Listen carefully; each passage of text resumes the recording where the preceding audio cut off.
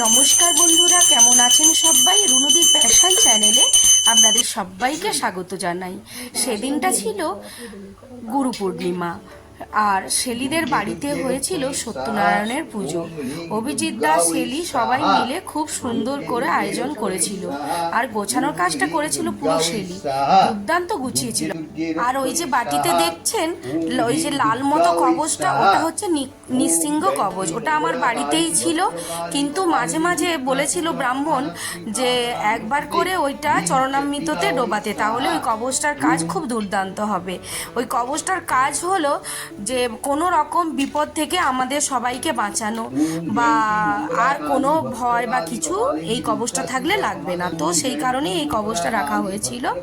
আর হোমটা এত সুন্দর হচ্ছিল, হোমের শিখাটা এত উঁচু পর্যন্ত যাচ্ছিল, তাই ভাবছিলাম খুব ভালো হবে। যাই হোক, পুজোটা তো খুব দারুণ করেছিল ওরা। আর আমিও ভেবেছি বাড়িতে একদিন পুজো দেব, কিন্তু সেই দিনটা যে কবে আসবে সেটাই বুঝতে পারছি না। কারণ আমার বাড়ির যে কাজকর্ম শুরু করেছি বর্ষার কারণে, সেটা এখনও শেষ করে উঠতে পারেনি মিস্ত্রিরা।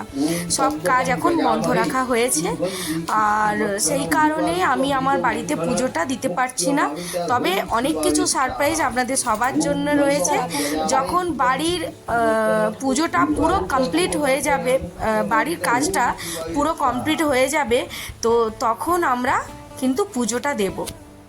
আর সেই আপনাদের জন্য দুখানা দুর্দান্ত সারপ্রাইজ রয়েছে, সেটা এখন কিন্তু বলবো না, আগে কমপ্লিট হয়ে যাক, তারপরে আপনাদের সবার সামনে নিয়ে আসবো। আপনারা দেখে অবশ্যই সবাই কমেন্ট করবেন কেমন হয়েছে সেই কাজগুলো। আর এখন তো দেখিয়েছি কেমন অগোছালোভাবে ঘরটা রয়েছে, কিছুই গোছাতে পারিনি, কারণ ভুবনেশ্বর থেকে এসেই ঘরে কাজকর্মগুলো স্টার্ট করেছি, তাই কিচ্ছু এখনও গুছিয়ে উঠতে পারিনি। এর মধ্যে মেয়ের আবার কলেজও খুলে যাবে, ও আবার চলে যাবে, তা আমাকেও হয়তো চলে যেতে হবে। যাই হোক, শেলিদের বাড়ির পুজোটা কাটিয়েই যাব বলে ভেবেছিলাম, তাই শেলিদের বাড়ির পুজোটা এখন উপভোগ করছি। এত সুন্দর দেখুন হোমের শিখাটা উঠেছে, কি ভালো লাগছিল, পুরো মনটা ভরে যাচ্ছিল। অনেক দিন বাদে আবার আমি পুজো দেখতে পাচ্ছি, কারণ ভুবনেশ্বরে আমি সেরকম তো কোথাও বেরোতাম না, তার জন্য অনেক দিন এই পুজোটা আমি মিস করেছিলাম। শেলিকে প্রায়ই বলতাম সিন্নিটা কিন্তু আমার জন্য রেখে দিও ফ্রিজে, আমি গিয়েই খাবো। আর ও বলতো তুমি কবে আসবে, কবে আর সিন্নিটা খাবে। এইবারে ঠাকুরমশাই এত দুর্দান্ত সিন্নি মেখেছিল, খুব সুন্দর। আর ওরা ইনগ্রিডিয়েন্টসগুলো এত কিছু এনে দেয় যে ঠাকুরমশাইয়ের হাতের সিন্নি সুন্দর হতে বাধ্য।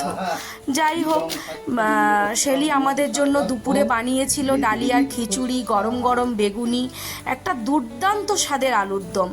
ওই আলুর দম রেসিপিটা আমি আপনাদের সবার সঙ্গে শেয়ার করব, কারণ এত দুর্দান্ত হয়েছিল যে অনুষ্ঠান বাড়িতে বসে খাচ্ছি নাকি শেলির হাতের আলুর দম খাচ্ছি নিজেরাই বুঝতে পারছিলাম না। শেলিকে তাই বলেছি ওই আলুর দমের রেসিপিটা অবশ্যই একদিন আমার বন্ধুদের সঙ্গে কিন্তু আমি শেয়ার করব, তুমি আবার একদিন ওই আলুর দম রেসিপিটা বানাবে। তো যাই হোক, ওর সিংহাসনটাও কি দারুণ সুন্দর করে ও গুছিয়েছে ঠাকুরের কাজটা। আর ওই দেখুন সাইডে সত্যনারায়ণের একটি পট রাখা আছে, তার সামনে একটি ঘটও রাখা আছে। এখন বর্ষার কারণে ডাবও ঠিকঠাক পাওয়া যাচ্ছে না বলে শেলি একটা অনেক বড় ডাব এনেছে ঘটে, তাই সেই ডাবটা ভয়ে রাখতে পারেনি যদি পড়ে যায়, তাই সাইডে ডাবটাকে সুন্দর করে ঠাকুরমশাই রেখেছেন। পুজোটা খুবই ভালো উপভোগ করছিলাম, কিন্তু একটু মনটাও খারাপ লাগছিল। এদিকে আমার সিজিয়াও বাড়িতে ছিল না, আর পুতুও ছিল না, তাই আর শুভমও ছিল না। ওদের সবাই মোটামুটি যে যার স্কুল কলেজ কাজ নিয়ে ব্যস্ত ছিল। আমি, অভিজিৎ দা, শেলি আর শেলির মা, এই কজন মিলে পুজোটার কাছে ছিলাম। পুজো খুব সুষ্ঠুভাবে হচ্ছিল, সুন্দরভাবে ঠাকুরমশাই পুজো করছিলেন। আমরা সবাই মিলে হোমের পরে অঞ্জলিও দিয়েছিলাম।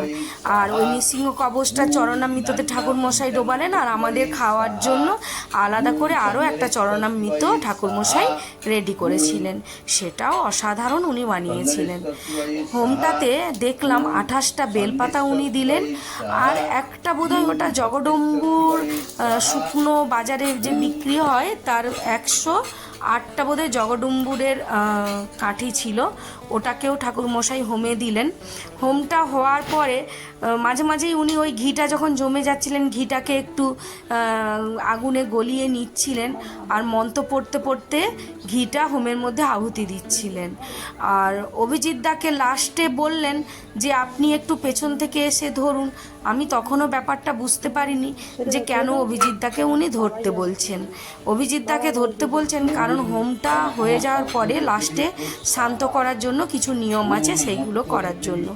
যাই হোক, ভিডিওটা যদি আপনাদের ভালো লাগে তাহলে একটি লাইক দেবেন, আর যদি আমার চ্যানেলে নতুন বন্ধু হয়ে থাকেন তাহলে প্লিজ প্লিজ প্লিজ বন্ধুরা আমার চ্যানেলটি সাবস্ক্রাইব করবেন। তো চলুন বন্ধুরা, আজকের মতো বিদায় নিলাম। শেলির বাড়ির পুজোটা নিশ্চয়ই আপনাদের সবার ভালো লেগেছে। ভালো লাগলে একটি ছোট্ট করে কমেন্ট করবেন। সবাই ভালো থাকবেন, সুস্থ থাকবেন, সাবধানে থাকবেন। চলুন বন্ধুরা, আজকের মতো বিদায় নিলাম। টাটা, বাই বাই সবাইকে।